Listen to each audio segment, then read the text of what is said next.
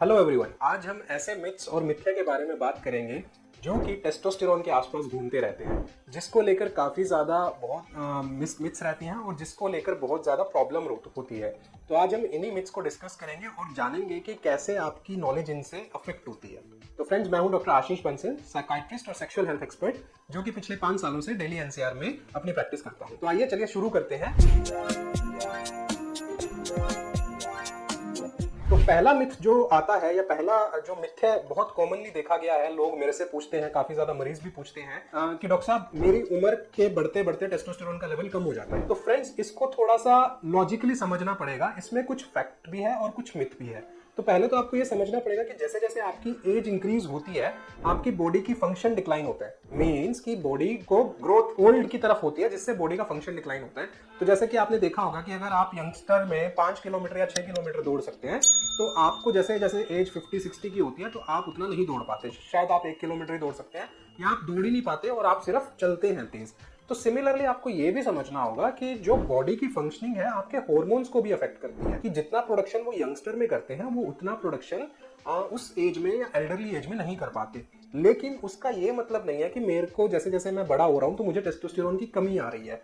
क्यों? क्योंकि अगर बॉडी का फंक्शन डिक्लाइन हो रहा है तो टेस्टोस्टेरोन प्रोड्यूस तो कम हो रहा है, लेकिन उसके साथ साथ आपकी बॉडी की फंक्शनिंग या डिपेंडेंसी भी कम हो रही है टेस्टोस्टेरोन पे। कि मान लीजिए फॉर एग्जांपल कि अगर मेरे बॉडी को आज 100 मिलीग्राम टेस्टोस्टेरोन नीडेड है, तो एज के बाद 50-60 एज के बाद वो 100 से 60 पे आ जाएगा। तो उसमें ये समझना होगा कि प्रोडक्शन कम होने के साथ साथ आपकी जो रिक्वायरमेंट है वो भी कम हो रही है। इसलिए ये एक मिथ है कि एज के साथ साथ मेरी ये टेस्टोस्टेरोन कम हो गया इसलिए मुझे ये प्रॉब्लम आ गई।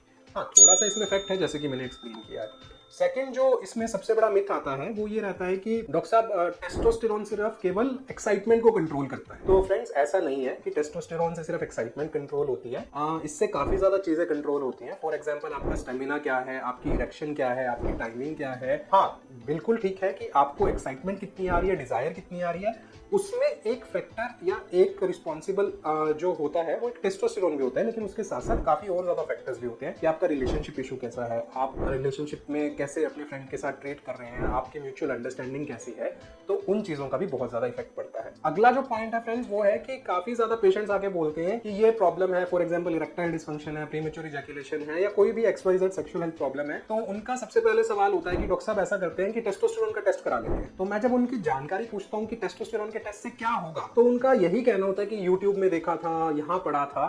तो फ्रेंड्स, मैं ये आपका आज ये मिथ क्लियर कर देना चाहता हूँ कि सब कुछ सेक्सुअल हेल्थ का फंक्शन सिर्फ टेस्टोस्टेरोन से नहीं होता। जी हाँ, टेस्टोस्टेरोन से काफी ज्यादा चीजें अफेक्ट होती हैं, लेकिन हर बार टेस्टोस्टेरोन से ही चीजें अफेक्ट होती हैं ये सब नहीं है। इसके लिए आपको समझना पड़ेगा कि यंगस्टर्स में मेनली, या जिन भी ऐसे पेशेंट्स में मेनली दिक्कत आ रही है जो कि बिल्कुल नॉर्मल खाना खाते हैं, कोई लोग उनको मेडिकल इलनेस नहीं है, कोई नशा नहीं करते हैं किसी भी प्रकार का, उनमें ये टेस्टोस्टेरोन नॉर्मल ही रहता है। वहां पर प्रॉब्लम जो रहती है वो प्रॉब्लम मेनली रिलेशनशिप की होती है। हाँ, ये टेस्टोस्टेरोन का इफेक्ट वहां ज्यादा देखने को मिलता है। जैसे कि मैं देखता हूँ काफी मरीज आजकल, ये ट्रेंड चला हुआ है, काफी लोग आजकल जिम जाते हैं। जिम तो जाते हैं, अच्छी बात है कि आप एक्सरसाइज कर रहे हो, एक्टिविटी कर रहे हो, लेकिन वो करते क्या है कि वो स्टीरॉइड्स लेना शुरू कर देते हैं। वो साइकिल बोलते हैं उसे कि मैं 3 महीने की साइकिल लेता हूँ या 6 महीने की साइकिल लेता हूँ, और वो उसे सुपरविजन के अंडर लेते हैं। मैं ये नहीं कह रहा कि वो सुपरविजन गलत है, बट आई थिंक कि वो एक एग्जैक्टली ले नहीं पा रहे हैं। उन मरीजों में मैं टेस्ट कराता हूँ तो वहां पर मैं देखता हूँ कि टेस्टोस्टेरोन का लेवल बहुत ज्यादा बढ़ा हुआ है, जिसकी वजह से बाकी हार्मोन्स अफेक्ट हो गए हैं और आपकी डिजायर या आपको इरेक्शन अफेक्ट कर रही है। तो डेफिनेटली वहां पर टेस्टोस्टेरोन रोल आपका बहुत ज्यादा इंपॉर्टेंट कॉज करता है। लेकिन ऐसा नहीं है कि सब कुछ, अगर सेक्सुअल हेल्थ में कोई भी ट्रबल आ रहा है तो वो सिर्फ टेस्टोस्टेरोन की देन है। तो दोस्तों, उम्मीद करता हूं कि आज इन 4-5 चीजों से आपको काफी ज्यादा अंडरस्टैंडिंग हुई होगी कि टेस्टोस्टेरोन कहां पर हेल्पफुल है और कहां पर नहीं है। आप चाहते हैं कि हम ऐसे ही वीडियोस और बनाते रहें, please like our channel. Thank you so much.